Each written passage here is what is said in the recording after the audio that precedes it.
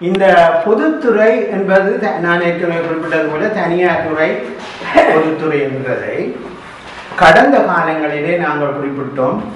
ஒரு mixed economy, கலப்பு பொருளாதாரம். இன்று சீனாவில் இதே மாதிரியான ஒரு பொருளாதாரம் பின்பற்றப்படுகிறது. நாங்கள் அதை பின்னர் பார்ப்போம். இனி இந்த இதில் இருந்து சீனா இலங்கையோடு நெருங்கிய தொடர்புகளை மிக நீண்ட காலமாக வைத்திருக்கிறது. பண்டாரநாயக்க காலத்திலிருந்து சினிமா பண்டாரநாயக்க இன்று மஹிந்த ராஜபக்ஷ வரை சீனாவினுடைய நட்புறவு இலங்கைக்கு நெருக்கமாக கிடைத்திருக்கிறது. இந்த பின்னணியில் நாங்கள் இந்த கடந்த 30 ஆண்டுகளில் ஏற்பட்ட மாற்றங்களை நாங்கள் ஆராய்ந்து வருகிறோம். விடுதலை புலிகளுக்கும் மேற்குலக நாடுகளுக்கும் இடையே உறவுகள் இருப்பதாக விவாதிக்கப்பட்டது. விடுதலை புலிகளுக்கும் நோர்வேக்கும் இடையில் உறவுகள் இருப்பதாக குறிப்பிடப்பட்டிருந்தது. கிறிஸ்தவ ஆதிக்கம் இலங்கையில் வருவதாக இந்த மேற்குலக நாடுகளினுடைய தலையீடுகளால் வருவதாக குறிப்பிடப்பட்டிருந்தது.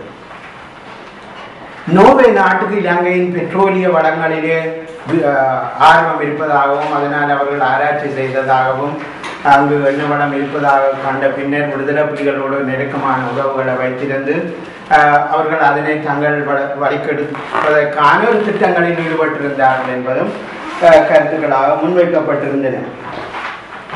இது சிங்கள தேசியவாத சக்திகளினுடைய பிரதான விவாத பொருளாக மாற்றப்பட்டிருந்தது.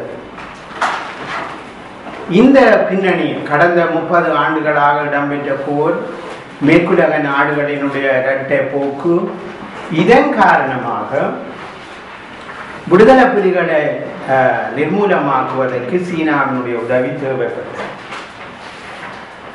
இலங்கை நெருக்கமான உறவுகளை சீனாவுடன் மிக அதிக அளவு நெருக்கமான உறவுகளை வைத்திருந்தது. ஆயுதங்களை சீனாவிடம் இருந்து வாங்கியது. அது மட்டுமல்ல, நாட்டினுடைய உள்கட்டுமானங்களை நிர்மாணிப்பதற்கும் சீனா உதவியாக இருந்தது. இங்கு ஒரு ஒரு ஐடியாலஜிக்கல் ஒரு பாயிண்ட் ஒன்றை நான் சொல்ல வேண்டும். ஏனென்றால் நீங்கள் பின்னாலே நான் சொல்லும் பொழுது அவற்றை உங்களுடைய கவனத்துக்கு எடுத்துக்கொள்ள முடியும். கேபிட்டலிசம் தொடர்பாக 3 விதமாக குறிப்பிடுகிறார்கள். ஒன்று ஸ்டேட் கேபிட்டலிசம், இரண்டாவது கோஆபரேட் கேபிட்டலிசம், மூன்றாவது குரோனிக் கேபிட்டலிசம். இந்த மூன்றிலும் ஸ்டேட் கேபிட்டலிசம் இந்த அரசு முதலாளித்துவத்தை கட்டுவது. இரண்டாவது அரசும் பொதுத்துறையும் பொதுத்துறையும் தனியார் துறையும் சேர்ந்து பொருளாதாரத்தை கட்டுவது. இதுதான் சீனாவில் நடக்கின்ற கோஆபரேட் கேபிட்டலிசம். குரோனிக் கேபிட்டலிசம் இந்த முதலாளித்துவ வளர்ச்சிக்கு செய்வதாக கூறி முதலாளிகளே அந்த பயனை பெற்றுக் கொள்வார். தங்களுடைய உறவினர்கள், நண்பர்கள் அவர்களுக்கு தங்களுடைய அதிகாரத்தை பயன்படுத்தி பொருளாதார வளங்களை சுரண்டுவதற்கு அவர்களுக்கு வாய்ப்புகளை கொடுப்பது குரோனிக்ஸ் என்று சொல்லுகின்றதில் இருந்து அவர்கள் குறிப்பிடுகிறார்கள். இது குரோனிக் கேபிட்டலிசம். சரி, இந்த இதில் நாங்கள் இப்பொழுது பார்க்க வேண்டியது அமெரிக்காவுக்கும் இந்தியாவுக்கும் சீனாவுக்கும் இலங்கையில் என்ன பற்றிருக்கிறது, என்ன தேவை இருக்கிறது. அமெரிக்காவுடைய படைகள் சவுத் கொரியாவில் இருக்கின்றன. அமெரிக்காவுடைய படைகள் ஜப்பானில் இருக்கின்றது. அமெரிக்காவினுடைய வர்த்தகம் தங்குதடை இல்லாமல் இருப்பதற்கு கடல் பிராந்தியம் எந்த விதமான தடை இல்லாததாகவும் இருக்கும். இலங்கை ஒரு கேந்திர முக்கியத்துவம் வாய்ந்த ஒரு இடத்திலே இருக்கிறது. இந்த கடல் போக்குவரத்தின் பாதுகாப்புக்கு இது ஒரு முக்கியமாக இருக்கிறது. எனவே இங்கு நாங்கள் பார்க்க வேண்டியது, இலங்கை ஒரு நாட்டுக்கு சார்பாக போய்கொண்டிருக்குமாக இருந்தால் அதனுடைய விளைவுகள் எவ்வாறு இருக்கும் என்பதை நாங்கள் அவதானிக்கிறோம். இது மிகவும் ஆபத்தானது. இதில் இருந்துதான் அமெரிக்கா இலங்கை தொடர்பாக எவ்வாறு கவனத்தை செலுத்துகிறது என்பதை நாங்கள் பார்க்க வேண்டியிருக்கிறது. இங்கு இன்னொரு முக்கியமான அம்சத்தை நான் குறிப்பிட வேண்டும். இலங்கையினுடைய பொருளாதார கட்டுமானத்துக்கு இது முடல். இலங்கையினுடைய பொருளாதாரத்தை எதை முடலா வைத்து அவர்கள் பொருளாதார கட்டுமானத்தை மேற்கொள்கிறார். மலேசியா தான் இதனுடைய முடல்.